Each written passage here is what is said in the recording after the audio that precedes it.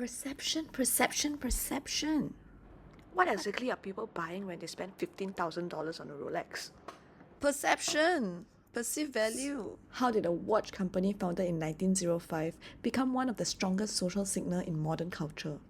Rolex became a way humans measured meaning in their own lives. Rolex was founded by Hans Wilsdorf in 1905. Interestingly, Rolex wasn't originally Swiss in the way people most imagine. The founder was German. The company began in London. Production later moved to Geneva in 1919. So the company originally assembled watches using components from different suppliers. One of the world's most prestigious luxury brands actually started more like a system integrator. So at first, wristwatches were dismissed and known as fragile jewelry. Men were using pocket watches. Just to clarify, Rolex didn't invent the wristwatch, okay? Brands like Cartier had already helped popularize amongst the elite. And World War I actually accelerated the adoption because soldiers needed something more practical than pocket watches. Wilsdorf realized the future was identity, and Rolex succeeded partly because wristwatches turned time into a public identity. And now it became a part of appearance, your image. And once something became visible, it became a status. And Rolex eventually became one of the fastest social shortcuts for competence, ambition, and achievement.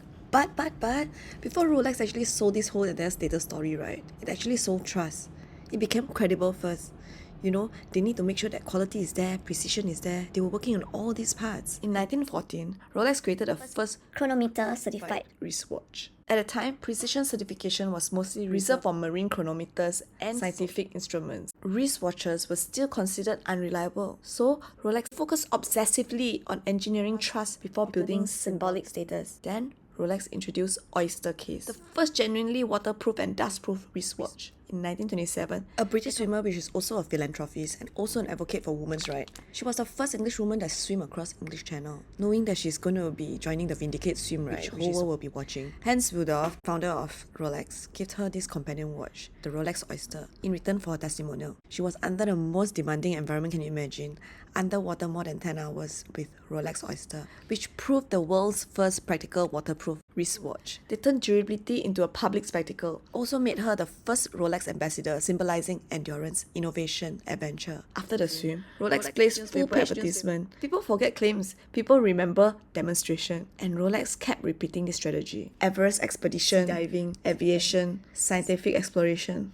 The company repeatedly attached itself to extreme human achievements. Over time, the watch absorbed the methodology of this environment. Attached watches to archetypes. The Daytona became associated with racing culture. Rolex sold a possible version of yourself. And that's psychologically powerful. Rolex builds entire emotional world around each model because humans constantly use products as personality shortcuts. Before someone even speaks, we already read signals. Their shoes, their cars, their clothes, their watches. That's a huge branding lesson. The watch will position you. Who do you want to become? The product becomes a tribe. And that's a huge branding lesson. The strongest brand gives people identities to step in. The watch feels permanent because the brand behaves permanently.